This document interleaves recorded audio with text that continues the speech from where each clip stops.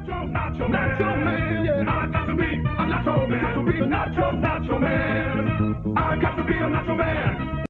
Welcome, Vault Dwellers. My name is Nacho Bidness, and we are back at Berkeley Springs Station one more time because we are going to turn in our Scrip, 1,000 Scrip worth, to get legendary armor pieces and just see how that goes.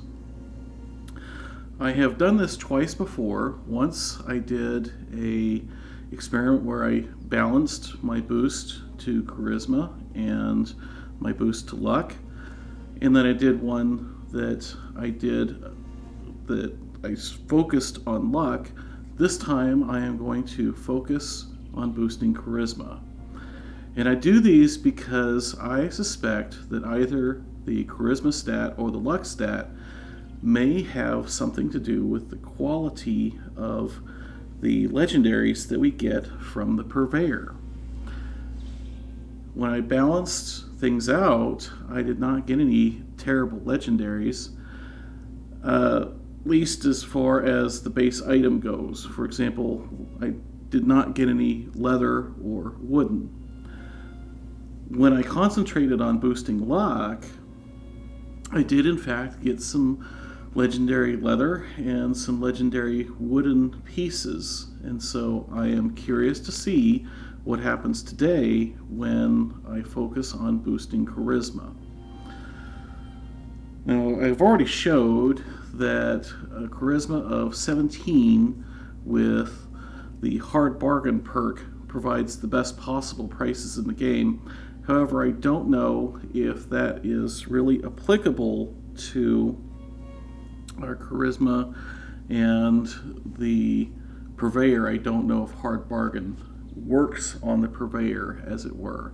Certainly the Scrip prices do not change if you have hard bargain or not.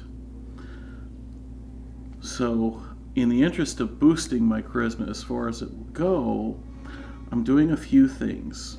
First, I'm wearing a complete set of unyielding armor. My base charisma stat is 4, and the unyielding armor gives me an additional plus 15 since I'm nearly dead, and that takes me up to 19. I am also using the perk Magnetic Personality. That gives me an additional charisma point for the other person in my team, and that takes me up to 20. Finally, I am using the protective casual under armor. Casual under armor includes things like the flannel shirt and jeans here, military outfits, a few other things. You can get up to charisma 3 if you have the plans for shielded casual under armor. So far, I've been unable to locate those plans, so we're stuck at 2. That gets me up to 22, and I can just run around with 22 all day, but there are some limited time things that we can do that will also boost our charisma. One of those is we're going to be able to use a charisma bobblehead, and I'm going to be interested to see if this takes the place of chem, food, or drink, because as we have shown before, you're allowed to have 1 chem, 1 food, and 1 drink that affects a particular stat. So this is going to be worth an additional 2. I also am using the Party Boy perk, which I just unlocked through random perk card packs, which is going to give me additional charisma for drinking alcohol. Instead of the usual 1 that I get for a beer, I'm going to get 3. As far as a chem goes, I'm going to be using grape mentats. Interesting point about grape mentats here is that you can see that the stat line says 2, whereas the description says 5. I'm currently mutated with the which one is it? Healing factor mutation, which is that chem effects are minus 55%, which means that I need to pop a rat away for my great mentats to be fully effective, because sorry, not Radaway, Rad-X. If you have a mutation that you would like to temporarily turn off, you can pop a Rad-X, and that will temporarily turn off that mutation. In this case, allowing me a full 5 charisma from my Great Mentats. And finally, for the food that I'm going to use, I'm going to use a sweet roll. Sweet roll is worth 3 charisma, and you can actually make these in your camp, or you can find them out in the wild. So before I actually do that and get all those different effects going, I am going to get some food and water in me because some of these chems will make me thirsty. And yeah, we're going to end up with a total of, I believe, 35 once I actually pop everything, because we get 3 from the beer, 2 from charisma, so that's 5 plus another 5 from the Great Mentats, then another 3 from the sweet roll. Let's go ahead and go on inside, make sure there's no one around, so that we can actually buy this stuff while the effects are active. Yep, so go ahead and check the map and make sure there's no one else around that's going to get in the way. No one else is around. Let's finally get this train rolling. So go ahead and drink the brew, take the bobblehead, and do the Rad-X next. And go for the Great Mentats. You can see that the stat line went up to 5 there. And finally, the sweet roll. So my current charisma sits at 35. Alright, Murmur, let's see what you've got for me today. So, going for 3-star legendary armor. And first piece,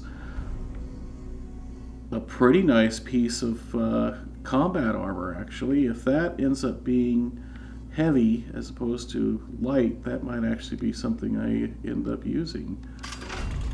Keep going here. Zealous Trapper left arm, not particularly interested in that, although the falling damage resistance is nice. Weightless Marine Armor chest piece. I don't personally care to try and go for a weightless set, but it is still Marine armor as opposed to wooden or metal right leg.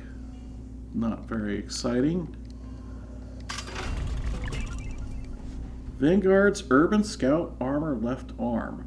This is quite a bit better than it used to be because recently they did set it up so that you can now buy the mods that you actually want instead of just rolling the dice. Okay, so we got a wood right arm. So it would appear that at least getting it high enough, either charisma or luck, does not completely remove your chances of receiving wood or leather. And we're just going to keep moving on expeditiously because weightless leather, not so good, not so good. And a wood right leg, awful. Urban Scout armor left arm. I think I just got a left arm a little bit ago, and it was the opposite effect. It was Vanguards as opposed to bolstering. I personally prefer Vanguards. And another Urban Scout armor left arm. Let's see if we can get something that's not left arm. Combat armor chest piece. Not one that I really care about that effect, but interesting anyways. The 75% chance to reduce while standing still is intriguing. Zealous robot right leg. Auto stim leather chest piece, terrible. Ghost Slayer's Raider, awful. Exterminator Trapper, crap. And I am out of Scrip.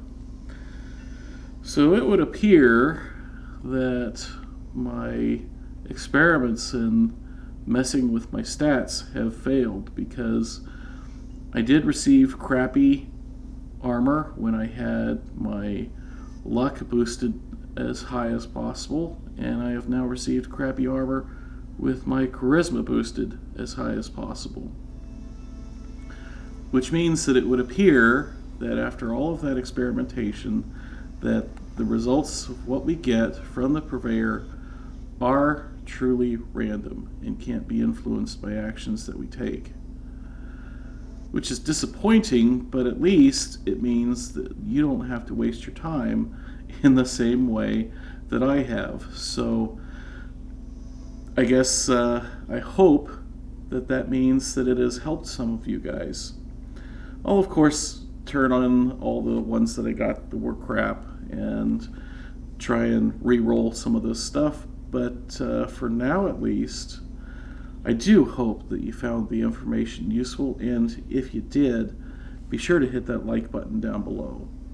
If you did not find the information useful, or you did not like the video, feel free to hit that dislike, but if you do, please tell me why, so that I can try and do better for you next time. If you're not subscribed, I do have additional 76 content and Fallout 4 content planned, so subscribe if you're interested in seeing more from me. Until next time, my name is Nacho Bidness, and I'm saying it's a great big wasteland out there. Let's go have fun in it.